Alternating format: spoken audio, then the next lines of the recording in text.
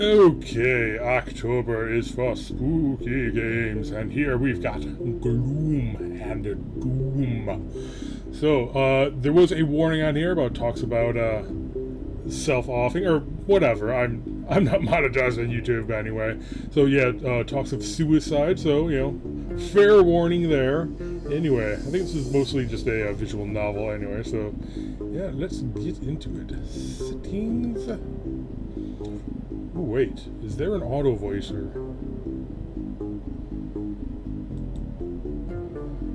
VVV toggle self-assistive. Yes, perfect. That is nice. Alright, just a screenshot, yada yada. Okay, new game. Auto voicer go. Enabled. Yeah. The date is December 24th, 2000. Christmas Eve. This way I don't have to read it myself and I can save my voice a little bit. For a lot of kids and some adults, that means being really excited about opening presents when Christmas arrives in the morning. But for Roger Coxburner, it feels like Christmas is already here.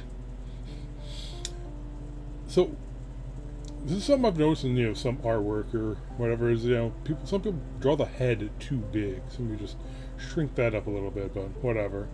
Although Coxburner is pretty funny. Roger, what an early Christmas gift.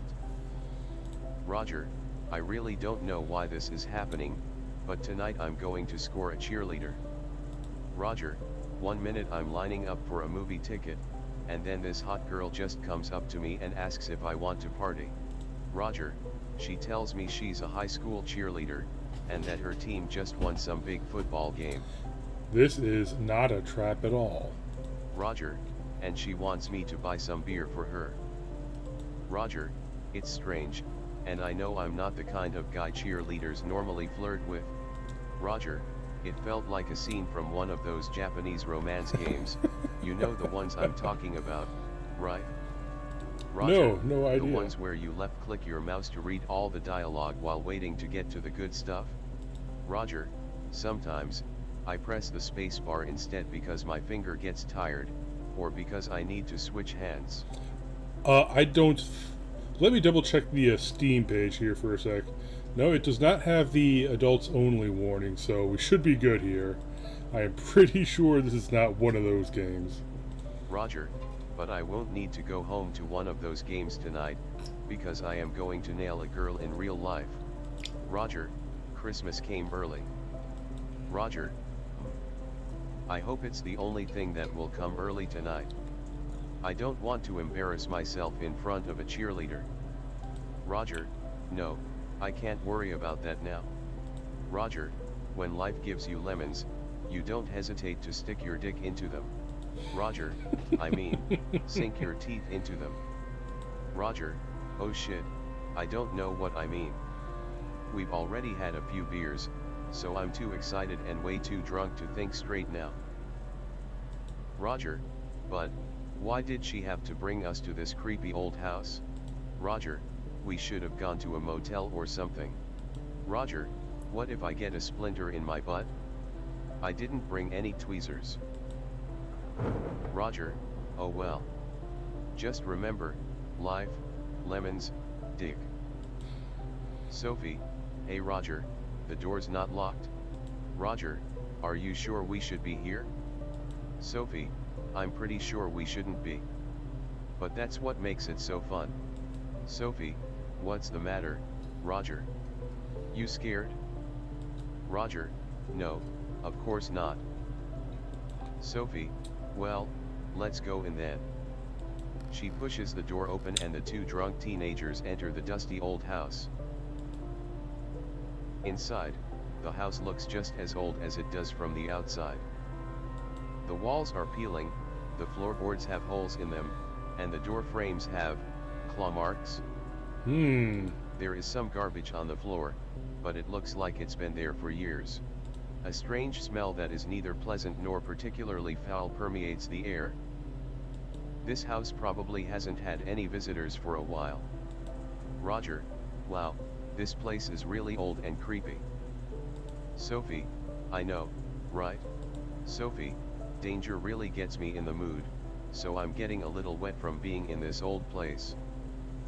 Roger, actually, the architecture of this place is pretty solid and it's quite dry in here. Roger, your wetness is probably because of the rain, not the house. Sophie.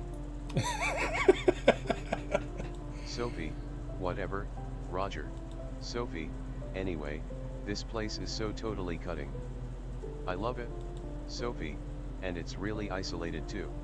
Sophie, you could scream bloody murder and nobody would hear a thing. Sophie, do you want to try and see if anyone hears us? Suddenly, a door slams from somewhere in the house and Roger screams in shock. Roger, arg. Sophie, did you hear what I said? Roger, did you hear that door slam? Sophie, whatever. It's just the wind. Sophie, so do you want to try? Roger, She's with the what? killer. Or she is the killer, one of the Sophie, two. you didn't hear what I said, did you? Roger, sorry, I didn't. Sophie, well, if you missed something, you can always click on the back button along the bottom. Back, history, the date is December. It's a fun way History of teaching you how Sophie, the commands. well, Sophie, or you can try scrolling up on your mouse wheel. Sophie, well, Oh, okay. Sophie, or Roger, mouse wheel up, or back button. Thanks, I'll do that. Sophie, oh, I almost forgot. You can also use the history button to read everything that was said before. The lightning reveals a sign lying on the floor. Roger, hey, look at that. Sophie, cool, this is one of those old houses that has a name. Roger, welcome to Durst Dash. I can't read the rest of it. Durst. Sophie, this is Durstu Manor. Sophie, I've heard about this place from the girls on the cheer squad. Roger, Durstu Manor? Maybe we should leave. Sophie, what? Roger, haven't you heard? There's been a lot of people going missing. Roger, once there was this kid whose parents made him come directly home right after school. Now there's an old song reference I don't think everyone's or geez, probably anyone's gonna get anymore. Roger, but one day, he told his friends he was going to visit an old house and he was never seen again. Roger, I think it was this house. Sophie, you are scared. Sophie, oh me god, this is what I get for suddenly developing a nerd fetish. Sophie, I should have asked that other guy at the cinema. He was way more Cusack than you. Roger, hey, I'm not scared. It's just that people have been talking about some kind of... Roger, some kind of... Sophie, ghost. Ghost. I've heard the stories about the ghost too. Sophie, actually, I've heard the story a lot of times. Sophie, whenever I come across some stories or dialogue that I've heard before, I just hold control to skip it. Roger, aren't you afraid you might miss something important? Sophie, control will only skip dialogue you've heard before. Sophie, it will stop once you get to something new. Roger, I see. Sophie, yeah, it's really useful for when you don't want to hear the same stuff again and again. Sophie, like when you date different guys from the football team. Sophie, and you realize they're all the same and the only way to tell them apart is the positions they like. Roger, you mean the positions they play? Sophie, no, I mean the positions they like. Roger, I've heard that using the control skip method can sometimes cause the graphics to glitch. Sophie, it's rare, but you can always just mouse wheel up until the graphics look normal again. Oh, okay, that's helpful. Roger is amazed by how informative Sophie is.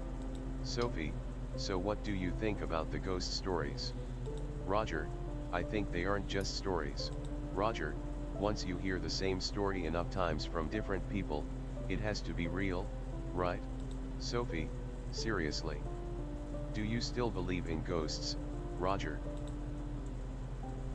I'm not sure. Roger, I'm not sure. Sophie, come on, Roger. You have to be man enough to make decisions. Sophie, most decisions might not make much of a difference, but some of them can really affect the way your story plays out. Sophie, this choice is going to determine if you stay a virgin. Save. Okay, let's save here. Quit. Then Save. return. Sophie, this choice is going to determine if you stay a virgin tonight. Roger, what makes you think I'm a virgin? Roger, how do you know I haven't had many girlfriends before? Sophie, oh please. Sophie, it's totally all over your face like, well, stuff. Sophie, it's totally all over your face like, well, stuff that gets all over someone's face. Ba-dum-bum. Roger, like when you're washing the dishes and you put a soapy spoon under the tap. Sophie, see. You are definitely a virgin. Roger, okay, I am a virgin. Roger, it's just that I'm a romantic guy. Roger, I've been saving myself for that special someone willing to have sex with me. Sophie, I could be your huckleberry. Sophie, but do you still believe in ghosts? Roger, Roger, I can't decide. The pressure is too much. Sophie, geez, Roger. If you need a security blanket, you can always just save the game. Oh, I already saved. Sophie, click the save button below. Save. Yep. Save. Save. Return. Sophie, click. Sophie, or you can bring up the main menu by hitting ESC or right-clicking anywhere on the screen.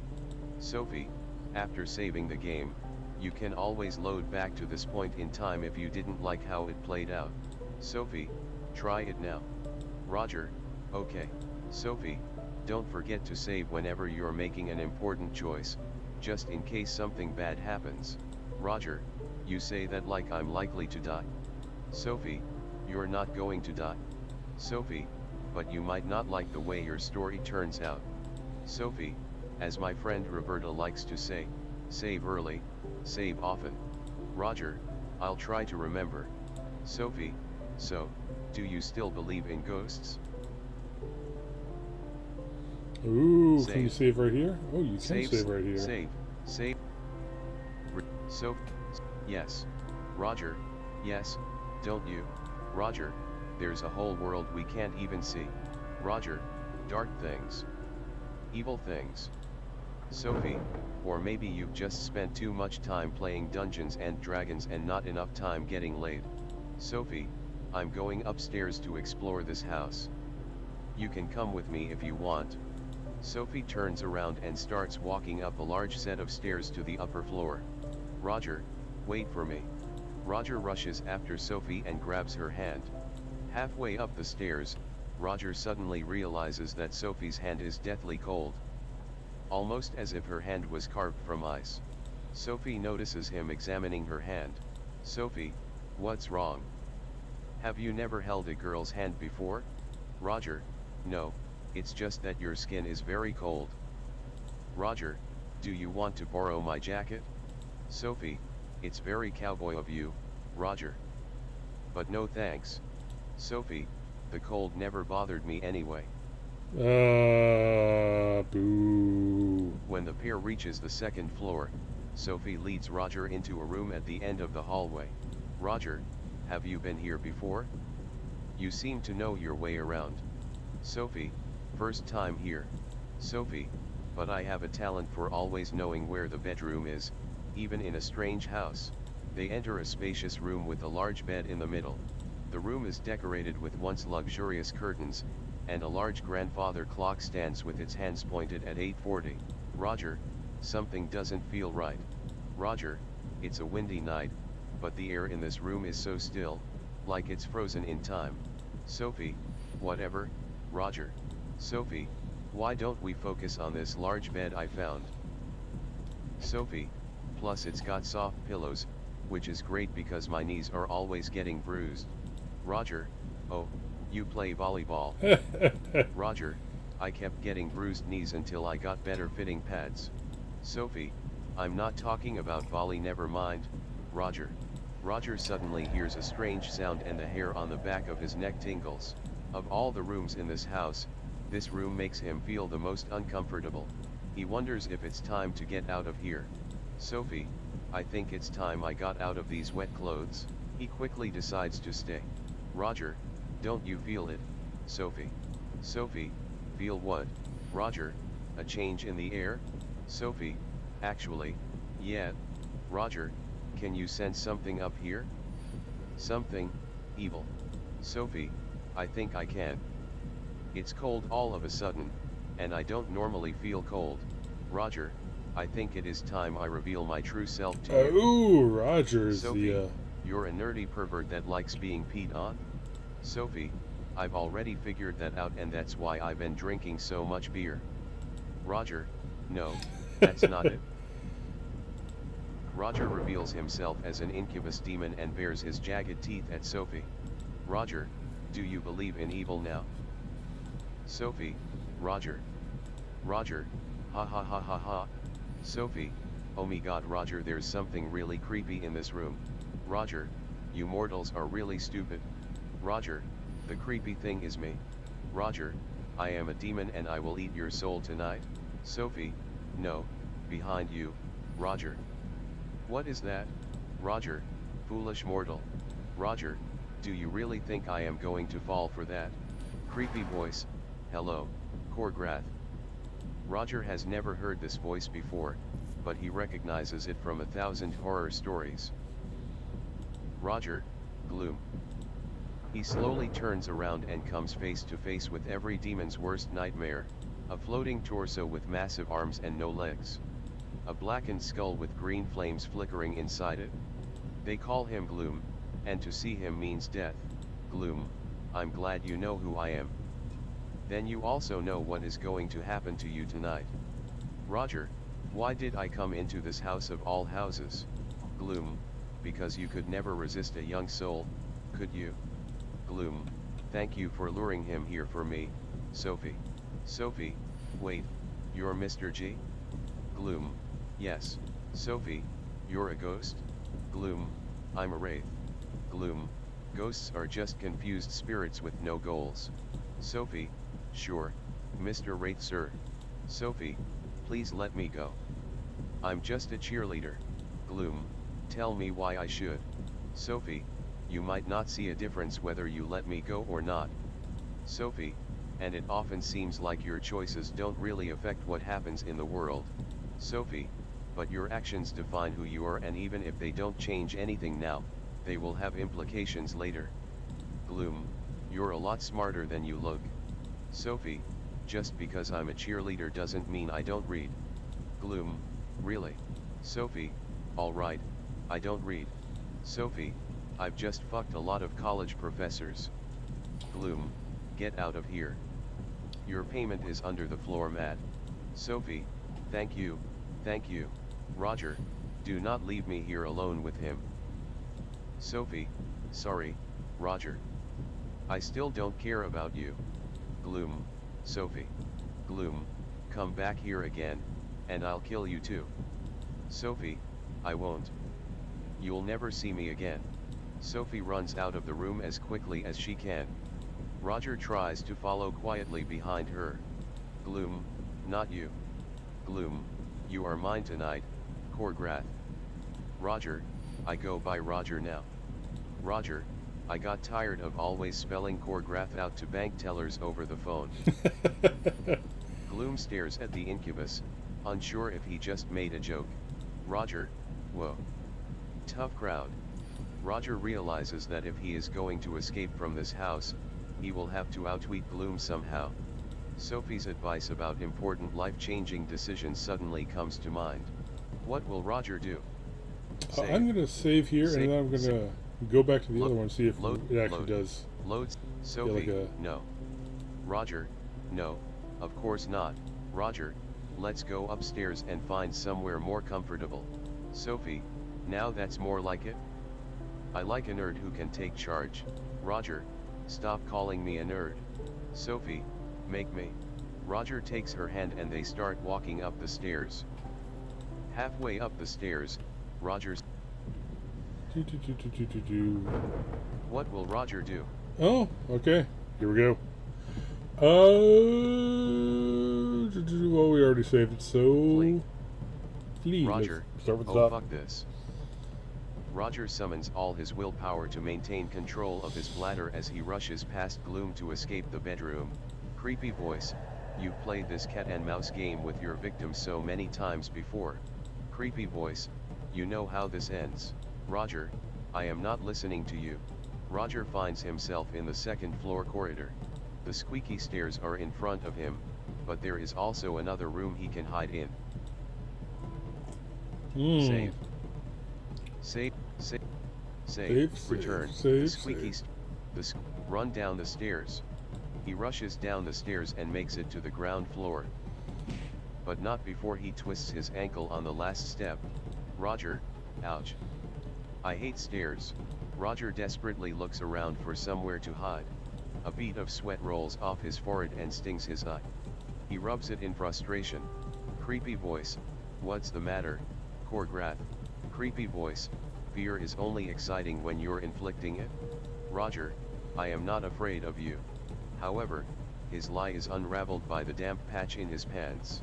Looking around, Roger spots an old chest that is probably big enough for him to hide inside. Alternatively, the exit is just a short run away and the front door is left wide open after Sophie made her escape. What now? What now? Save. Save. The stupidest thing would be to hide in the chest. Hide in, But, not wanting to risk his twisted ankle, Roger, not wanting to risk his twisted ankle, Roger quickly climbs into the large chest. He gets raccoon excrement all over his hands and knees, but it doesn't matter. Creepy voice, you can't hide. I can smell your fear. Creepy voice, and your piss. Roger suddenly loses his balance as the chest is lifted into the air. He clings on as best as he can, but there isn't much grip to be found in the chest. The lid of the chest drops open, and he sees Gloom's green eyes of death staring at him. Gloom, found you. The chest starts shaking violently, and Roger falls out and hits the floor. He rolls over in pain, clutching the shoulder that took most of the fall's impact. Looking up, he sees Gloom holding the chest above his head. Roger, oh she. He drops the chest on Roger's head, and the world goes dark. Roger, where am I? Roger wakes up in a large empty room. It's definitely the same house, but in a larger room that he hasn't seen before. Like a basement, perhaps. His head feels like it's being crushed, and his eyes can't seem to focus properly. Roger, what is going on? As he slowly regains his vision, he can just make out that there is nothing here except walls, dust, and an angry wraith squeezing his skull with a giant clawed hand. Roger, please. Roger, I am just a lowly incubus. Roger, I am not even worth your time. Gloom, you're wrong. Gloom's infamous spectral blade explodes out of his fist. The blade that has claimed the lives of countless demons. Roger, come on, Gloom. I'm just a bottom feeder like you said. Roger, you don't need me. You really don't. Gloom, every horn counts.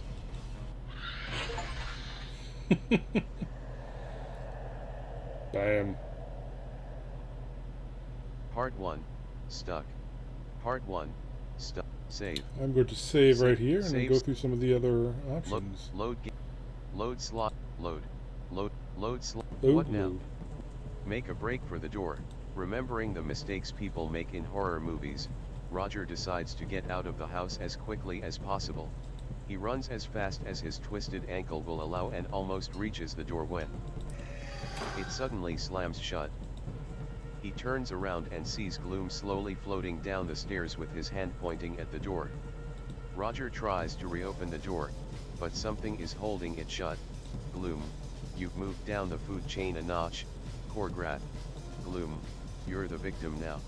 With the main door held shut by Gloom's powers, Roger will have to find another way out. Auto save. Save. Save. Return. With the main door held shut by Gloom, go to the living room and escape through a window. Run to the kitchen to find a weapon. Go to the living room and escape through a window. He rushes over to the nearby living room and tries to open a large window facing the front yard. It's stuck. Gloom slowly floats into the room. Roger, you cannot blame a demon for eating souls, Gloom, and you cannot blame me for doing what I do. Roger, you always were a miserable demon. Roger, always about the work and never about the fun. Roger, come and join us, Gloom. Roger, we can go eat some mortals. Have some fun. Gloom, fun. That's why you'll always be a bottom feeder, scavenging on low-hanging souls to survive. Gloom's eyes flare up and he hits Roger with his hate blast. The little incubus is flung across the room and he smashes through the window with his head. His world goes dark. Roger, where am I? Roger wakes up in a large empty room. It's definitely the same house, but in a larger room that he hasn't seen before. Like a basement, perhaps. His head feels like it's being crushed, and his eye. Roger, what is, as he slowly Part 1. Stop. Save. Load slots. Loads, with the main. Run to the kitchen to find a weapon. Roger rushes over to the kitchen as quickly as he can, but his sprained ankle gives way and he falls onto the floor. Roger, damn ankle. Gloom, looks like this is it. Corgrat. Roger desperately scrambles on his hands and knees. Gloom, I must admit, I didn't think you had this much fight in you. Gloom, I took you as the type of demon that would immediately grovel for mercy. Roger, will that work? Will you let me go if I grovel? Gloom, no. Suddenly, Gloom appears next to Roger, and he swings his big clawed fist into the incubus jaw. Roger's world goes dark. Okay, and from this point Roger, on, it's save. identical. Save slot 5, Wednesday, October. Save slot 6. Save slot 3, Wednesday, October 25th. 2020. Yeah, save, okay. Save. No. No, don't Load. save. Load. Load. The squeaky stairs are in front of him. Hide in the other room. Roger quickly ducks into a nearby room. Inside, there is a large CRT TV, a Sega Genesis video game console, and a faded old couch. He jumps behind the couch and tucks his legs into his chest. With his cheek pressed against the floorboards, he peeks under the couch to see if he was followed. Gloom slowly floats along the corridor and stops at the doorway. He turns to face the room but doesn't enter. Roger is pretty certain he hasn't been spotted yet. Glancing behind, he sees a window that he can probably smash through, but he isn't sure if he could survive the 2-story drop. Does Roger try to jump through the window, or stay hidden? Save. Next 5. Save. Richard. Does Roger jump through the window? Not willing to risk being caught by Gloom, Roger quickly rolls onto his hands and feet. Gloom, there you are. Before Gloom can react, Roger springs out at the window with his arms protecting his face, and bounces off the glass before falling onto his ass. Gloom, jumping through windows isn't as easy as it looks in movies. Gloom, especially for weak little demons like you. Roger, Gloom, please, Gloom, it's nothing personal. Gloom raises a large claw. His world goes dark. Roger. Save. Load. Loads. Does Roger stay hidden? With his jagged teeth pressed into his lips, Roger freezes in place behind the couch. After the longest 20 seconds ever, Gloom slowly floats back into the corridor and disappears. The cowardly incubus waits a few moments more, before sneaking over to the doorway. Gloom is nowhere to be seen, and the stairway is clear. Roger can either rush down the squeaky stairs quickly or sneak down quietly. Oh, if I rush down quickly, I'll probably get the other, the way I went, the first time around. Roger can rush down. He rushes down the stairs and makes it to the ground floor. But not before he twists his end. Roger desperately looks around for a bead of sweat rolls off his forehead. He rubs it in frust. Creepy voice. Fear is only What now? Okay, so Load, hello. load. Roger, sneak. He quietly makes his way to the stairs, and takes slow and soft steps down. Carefully, he avoids the steps that he remembered were squeaky on his way up. Gloom, going somewhere? Before Roger can react, Gloom's psychic hate blast hits him in the back and flings him down to the bottom of the stairs. Roger falls hard on his ankle, twisting it about as far as it will go without actually snapping any bones. Roger, ouch. Roger desperately looks around for somewhere to hide. Okay. Setting, load. Previous file, load. Loads, load slot. Alright, let's try fight. Loads, what will fight? With no This options will left, probably Roger go decides nowhere. to fight Gloom. Roger, if this is the way you want it. Roger, then this is the way it has got to be. He raises his tiny fists and gets ready to fight.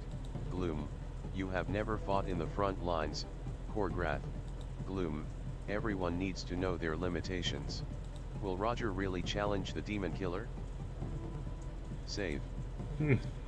Next. He has no Save. choice. Save. Will Roger. Will. He goes down fighting. Roger, I choose to go down fighting. He takes a swipe at Gloom with his claws, but the rate shifts backwards with inhuman speed. Gloom hits Roger with a psychic blast of hate, and the incubus flies headfirst into a wall before passing out. Roger wakes up in load. Will Roger, he runs for his life. Roger Okay, and this Roger goes summons into the all other his thing. willpower to maintain control of his bladder as he rushes past Gloom to escape the bedroom. Creepy voice, you've played this cat and mouse game. Creepy voice, Roger, I am not listening. Okay. Load. Previous. Load. Part 1. Stuck.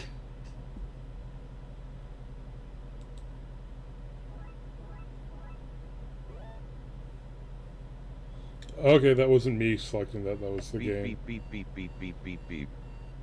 Winona, ugh. Okay, I'm awake. I reach out and slap down on my alarm clock. Oh, nice. Look at that. Haven't played that game, but I recognize it at least. Don't recognize that band either, but whatever. Winona, sigh. Another morning, another day. Winona, time to put my game face on. I crawl out of bed and think about getting dressed for a new day. But first, I need some music. A few scattered CDs are lying near my stereo. Which one should I pop in? Save.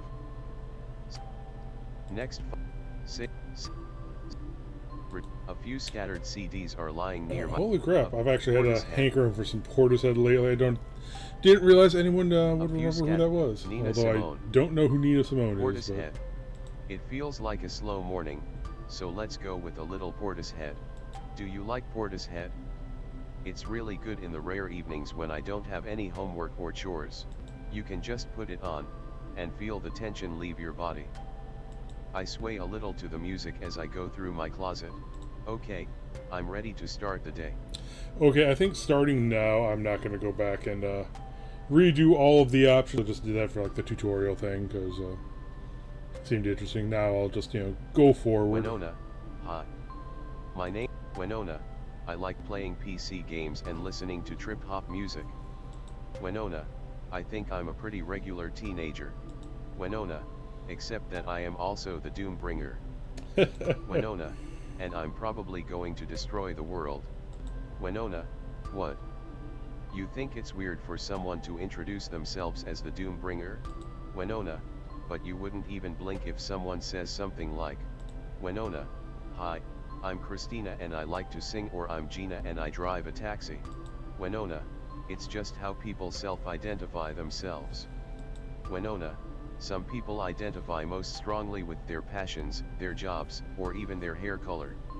Winona, and for me, it's all about my destiny as the Doombringer. Winona, I bring doom. That's who I am. Winona, now don't get me wrong. It's not something I want to do. Winona, I'm not a terrorist or some revolutionary. Winona, I'm not even particularly angry at the world, well, not angrier than the average teenager anyway. Winona, I'm really an okay person. Winona, but I'm cursed to end the world, that's for sure. Winona, I don't know how and I don't know why, but I just know I'm destined to do it. Winona, I admit. It's not like it was revealed to me by some old guy with a big bushy beard. Winona, and there isn't a corny poem out there that describes me blowing up the world, Winona, but it's something that I've always known in my heart. Winona, that still makes me sound nuts, doesn't it? Winona, but trust me, I'm not crazy. Winona, and I'm doing my best not to kill you and the rest of the world, Winona, in fact, I'm trying everything I can to prevent it from happening. Winona, but first, I have to survive another day of faking smiles for my foster parents. Winona, and dealing with the asshole customers at work. Winona, and trying not to become a giant weird blobby thing that eats the whole city. Winona, you know, standard teen angst stuff. Winona, well, no time to dwell on that now. Winona, I have to get to work. Winona, joy.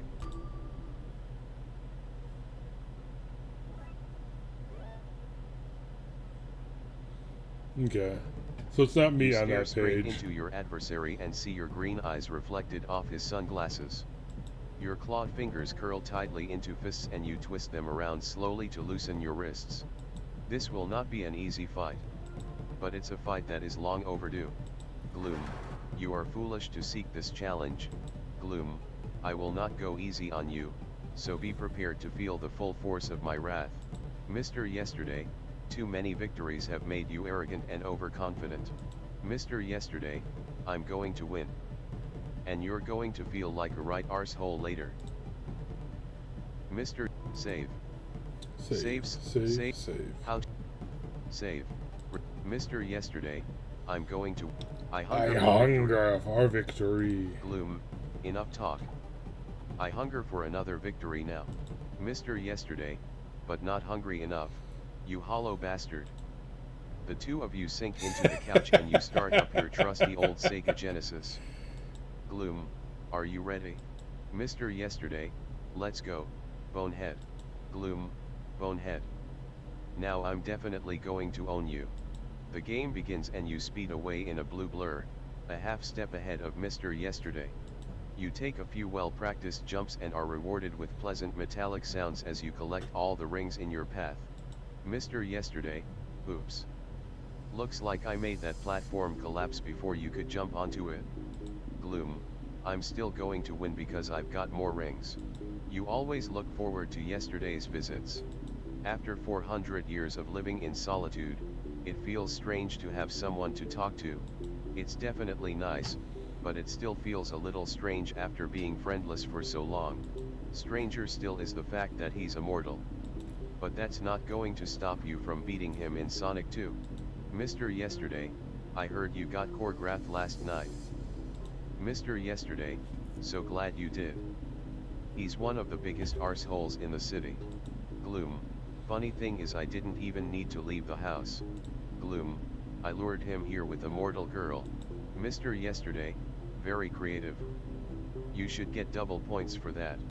Gloom, yeah, well. A kill's a kill. Mr. Yesterday, you should take more pride in your work. Gloom, why? It doesn't mean anything. Gloom, I'm just doing this to earn my way into heaven. Gloom, after that, I can finally stop killing. Mr. Yesterday, but you're so good at it. Mr. Yesterday, you're probably the best at what you do, and most assassins would kill to be as good as, wait, that doesn't sound right. Gloom, a job's a job. Do you enjoy what you do?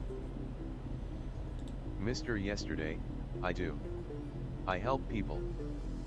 Mr. Yesterday, just like how, in a way, you're helping people too. Save. Saves. Come. Save. Mr. Yesterday, just like how, in a way, you're helping people too. I guess so. I guess so. Gloom. Gloom. Maybe you're right. Gloom. Killing demons. That's what all the good guys in movies do. Mr. Yesterday, that's right. You'd be the good guy in a movie, Gloom, but I still don't really enjoy the killing. Mr. Yesterday, good guys probably shouldn't. Mr. Yesterday, do you find it more difficult to do your job these days, though? Mr. Yesterday, have your ethics changed? Gloom, it's not that. It's still really easy for me. Gloom, really fucking easy. Like Shinobi with the unlimited shuriken cheat turned on. Gloom, when I need to, I go out there and I'd cut down demon after demon without blinking. Mr. Yesterday, that's because you don't have eyelids to blink with. Gloom, you know what I mean, smart ass. Gloom, I'm so good at this, it's almost boring. Gloom, but then again, I was literally created to do this. Gloom, I just wish I was doing something else. Gloom, anyway, I'm sure I'll kill enough demons to satisfy the guy upstairs soon. Mr. Yesterday, soon, huh? Tell me again, how long have you been doing this? Gloom, 400 years, give or take a few decades. Mr. Yesterday, 400 years of killing demons and you're still not done? Gloom, Michael's doing his best to make it happen, but it's hard to convince the boss upstairs. Gloom, I've done a lot that I need to atone for. Mr. Yesterday, is that what Michael said? Gloom, it's the truth, and I have to come to terms with what I've done. Mr. Yesterday, you've done a lot of favors for him over 4 centuries, and it's still not enough? Gloom, I did some really bad things back in the day. You don't atone for this stuff overnight. Mr. Yesterday, do you trust Michael? Save. Next. Save. Save. Mr. Yesterday, do you trust Michael? I guess. Gloom, yeah, I guess I trust him. Gloom, I mean, Michael is weird, and he's a bit of a humorless dick. But I think he's trying hard to help me out here.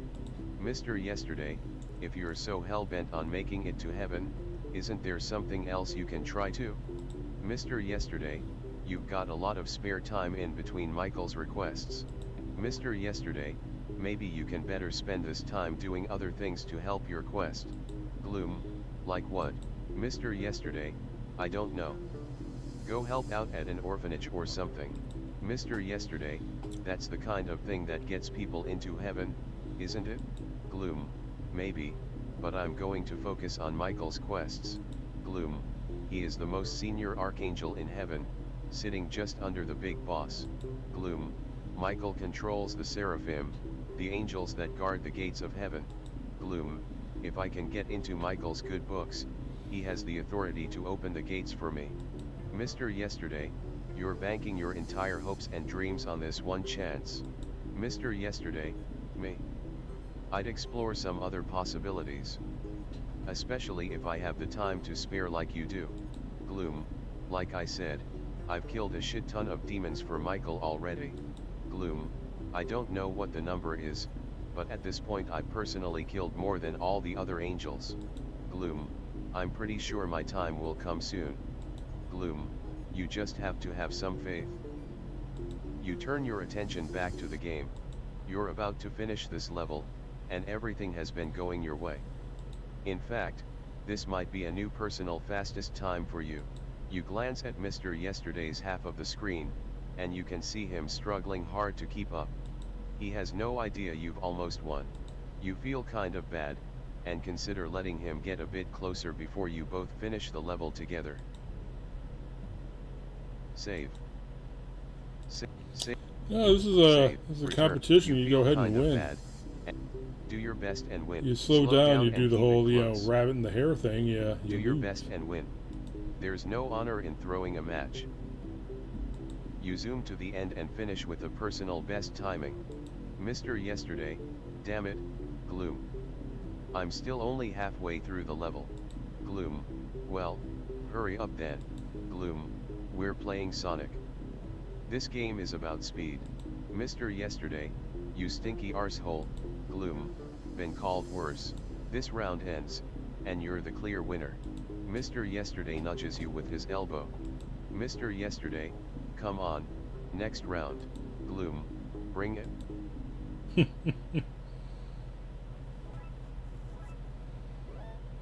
Gloom. Ah, the video store. Wow, this seems quite dated. When was this game made? Okay, it was released in January 17th. Or, I guess the game is taking place. Oh, shoot. When is the game taking place? Throwback to the 90s. Okay. Throwback to the 90s slacker movies. That's what the Steam page says. Ah, oh, yeah, okay, the this makes video sense. store, my little refuge from the ugly world outside.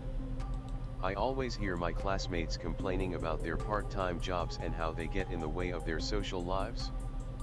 But after a long stressful day at school, it's nice to come here and feel at ease. I love it. I love walking among the movies and being able to pick up a random box and read the blurb to some obscure movie. Or just looking at the new release section and seeing the awesome new box art. Haters say that movies are contrived, and they're factory-made with predictable and conventional plot lines. They say that it's boring because the hero always wins, and good always overcomes evil. But I think I need that in my life. I need to know that if someone works hard enough, they can beat the odds and save the day. I need to know there can be a happy ending. But a job is still a job. It's not all rainbows and lollipops. And when you work in retail, you've got to deal with customers. Like this one that just entered the store. Winona, hi, welcome to Groovy Movies. How can I help you? Annoying guy, I'm looking for a movie. Winona, which movie is it? Annoying guy, I don't know the name. It's an old movie. Shit sticks. These are the customers I hate the most. Winona, can you tell me anything about it so I can help you find it? Annoying guy, ERM. Annoying guy, air. Winona, do you know any of the actors in it? Annoying guy, yes. It's Michael something. Winona, Michael Bean? Michael Douglas? Michael Keaton? Annoying guy, I can't be expected to remember their full names. Annoying guy, anyway, I can tell you about the cover though. Winona, great, that would be helpful. Annoying guy, it's the Michael guy on the cover. Winona, okay. Annoying guy, he's a guy with a gun. And then there's this girl he has to save. Thanks for nothing, video store gods. I'm never going to guess this movie. Winona, a guy with a gun, and a girl he has to save. Save. Save skimmer. Save. Although Return. I don't even know why I'm save Winona, skimming here. Even a if guy I with get a it gun. wrong, like what's gonna happen? Winona, a guy with a gun, and a girl. Winona. James Bond. Probably. Yeah, The Naked Naked Gun is a comedy flick. Falling Falling Down is certainly not about a guy trying to save a girl.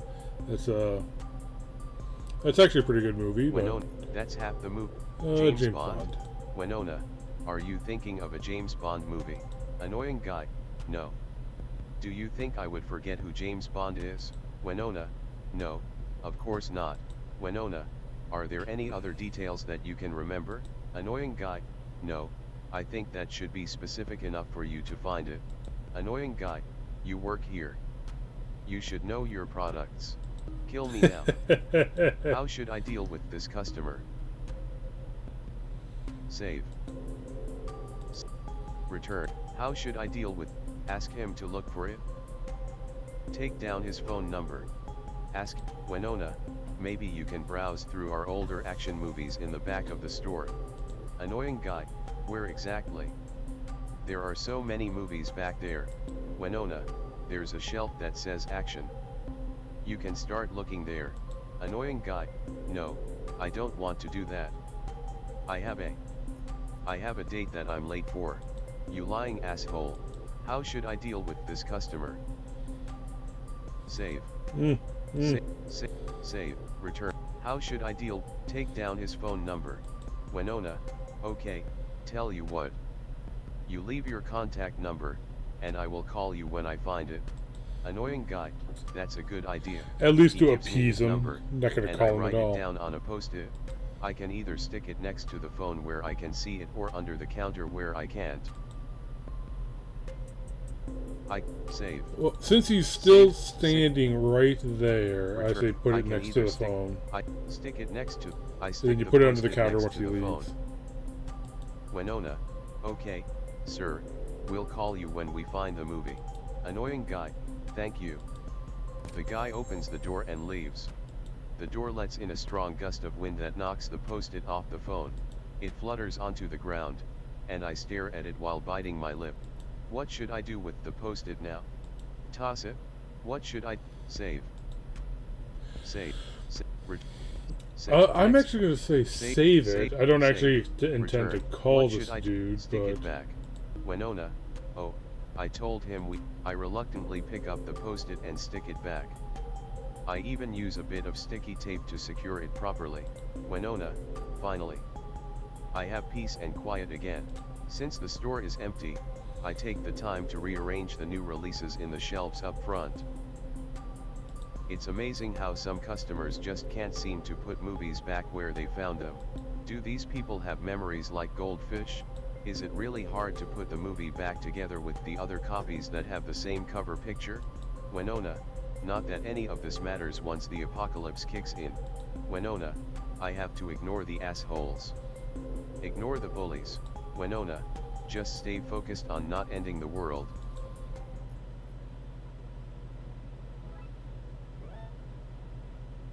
Back to Gloom.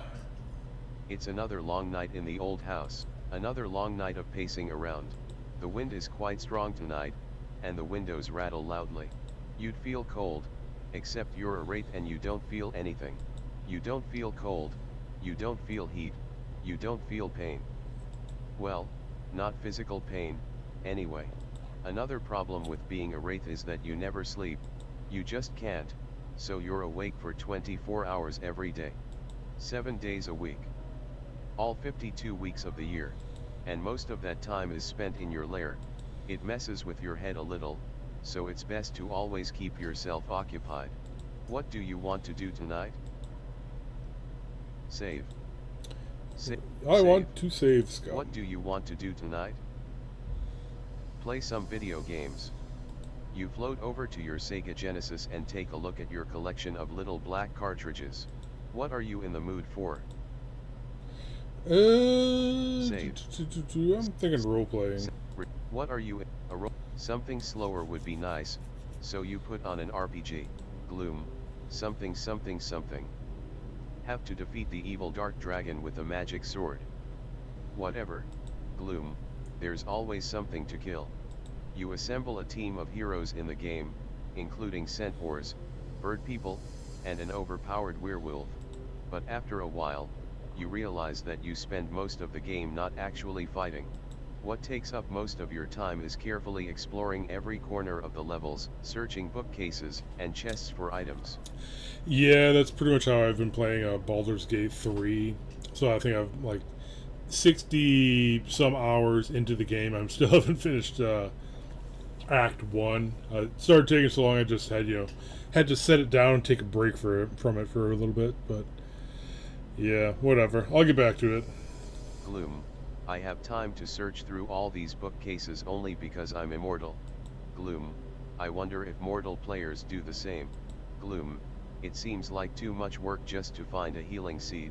What do you want to do tonight? Save. Save. What do you want to Brood. You float over to the window and look at the moon outside.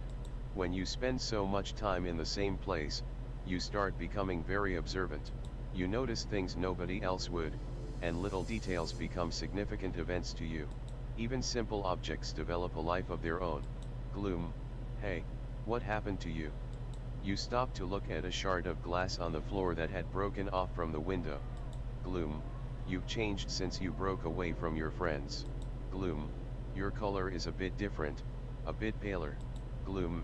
Is it because you've fallen from the light? Gloom. Or is it the anguish of separation? Gloom, cheer up, glass. You've become stronger, and more resilient than those you've left behind. You pick up the glass and place it on the window ledge near the window it came from. Gloom, here, you can show them how you've changed for the better in the past few years. Wow, this is strangely philosophical. A passing cloud blocks the moonlight for a moment. Gloom, what is this? The rest of you won't accept the return of your fallen brother? You smash the window. Other shards of glass drop to the floor. Gloom, pathetic window. Gloom, try spending some time in the depths below and see how much of your precious morality you can retain. Suddenly, a blinding light fills the house. Michael, Ooh. hey Gloom. Gloom, Michael. An angel appears, landing dramatically with his wings spread wide before folding them behind his back. Every angel has something unique and special about them. Michael is special because he is the most annoying asshole in all of heaven. But you need his help, so you put up with him. Michael, hey, how is my favorite Wraith doing? Michael, is this a good time for me to drop in? Michael, I hope I am not interrupting any important discussions between you and your furniture. Gloom, no, it's fine. Michael, so, you took out Korgrath as I asked? You hand him Korgrath's horns. Gloom, 2 incubus horns. Michael takes the horns and tosses them into a pouch. Michael, oh great. That is fantastic, Gloom. Michael, I hope it was not too much trouble for you. Gloom, no trouble at all. Michael, great, great. I know I can always trust you to get the job done. Michael, okay, I have another appointment to get to. Michael, there is a lot going on upstairs. Michael starts to spread his wings. Gloom, Michael. Michael, what is it? Gloom, Gloom, am I done yet? Have I atoned enough to return? Michael, ha ha ha ha ha. You have always hated Michael's laughter. Arrogant and shrill, it sounds like the laugh of a bad theater villain. Save. Return. Laugh along. You force yourself to laugh along. Gloom, ha ha ha ha ha. Michael, bro, I am sorry for laughing like that, but you are a funny guy. Michael, that is why I like you. You are reliable, and a funny guy. Gloom, so is it enough? Michael, no, I wish it were, but you are not quite there yet. Gloom, I've been hunting your demons for over 400 years. Gloom, I've killed more demons than any other being in existence. Michael, but you have also killed a lot of angels, have you not? Michael, and you want to enter heaven after that. Michael, heaven. The most sacred place in existence. Michael, sad to say, you've got a lot. Michael, heaven. The most sacred. Michael, sad to say, you've got a lot more penance to serve before we can open the gates for you. Gloom, how many more then? Do you even know? Michael, of course. I have my seraphim keep track of these things, especially a case as important as yours. Gloom, how many then? Michael, bro. I think it is not a good idea to go into specific numbers. Oh, he's playing you. Or playing us, whatever. But those horns are just like a aphrodisiac or something like that. Michael, you will not feel good about it. I will feel awkward, and it will just be unpleasant for everyone. Michael, believe me, it is easier if we just keep doing this together and you trust me to do my part. Gloom, 400 years of killing, Michael. 400 years. Save. Save. This Gloom. is clearly exploitation. Gloom, this is exploitation, Michael. Gloom, you're just using me to do all your dirty work for you. Michael, do not speak to me that way. Michael, how dare you blame me for your predicament? Michael, I did not force this onto you. You brought it on yourself when you made your bad choices all those centuries ago. Michael, in fact, I urged you not to do it. Michael, and if you were not going to listen to me, the least you could have done is listen to her. Your fists tighten at the mention of her. Michael, look. What is done is done. Michael, now you have come to me for help, and I am helping you. Michael, for all his claims and teachings, the boss himself does not actually forgive all that easily. Michael, you should consider yourself lucky that you have voices like mine and hers speaking up for you. Michael, these things take time. Michael steps to the side and adjusts the hair bun on his head. Michael, I have an idea. Michael, pawns like Korgrath are insignificant. Michael, they are annoying and we need them dead, but their deaths do not help the war effort much. Michael, and you know what the boss is like. Michael, we need to give him something really compelling before we can change his mind. Gloom, what are you suggesting? Michael, let us set you loose on a target of consequence. Someone big. Gloom, what do you want me to kill? Michael, Tegoel. Gloom, the mistress of suffering. Michael, yes, her organization captures mortals and sells. Michael, yes, her organization captures mortals and sells them to demons and other mortals as slaves, and food. Michael, Tegoel is responsible for almost all of the human trafficking in this region.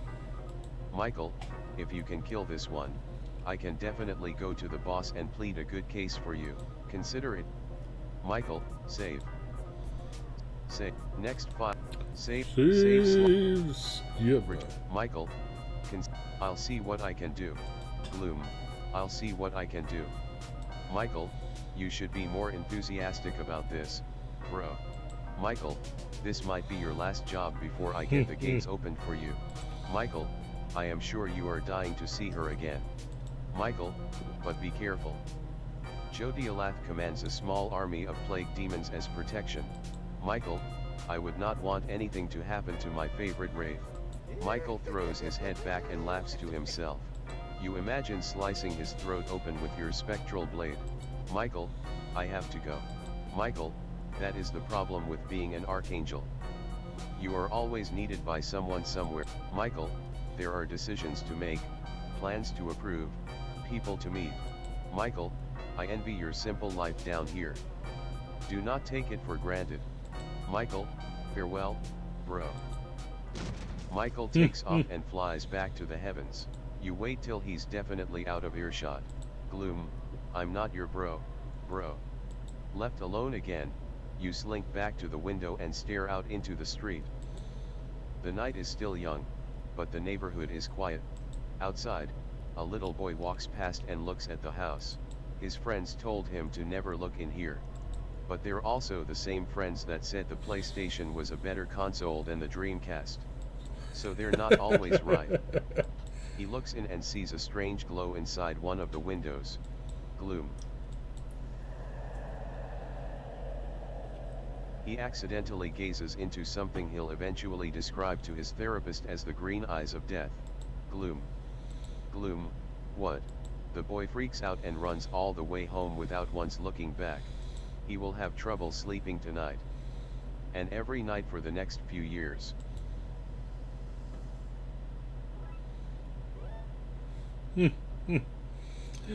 Okay, this is a good place to after my shifts at the call videos, right now.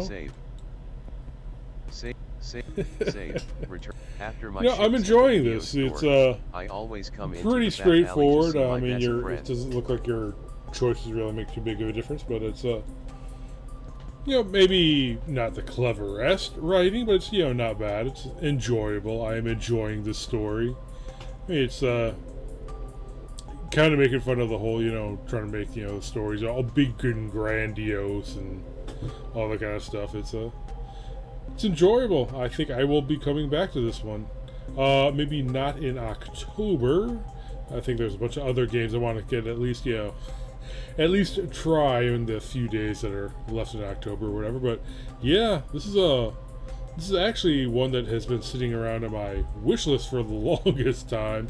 Then I finally caught it on sale or something. So yeah, this is I want to get back into this one. So not sure when I'll be able to do that, but, there we go. Anyway, till next time, later. Save.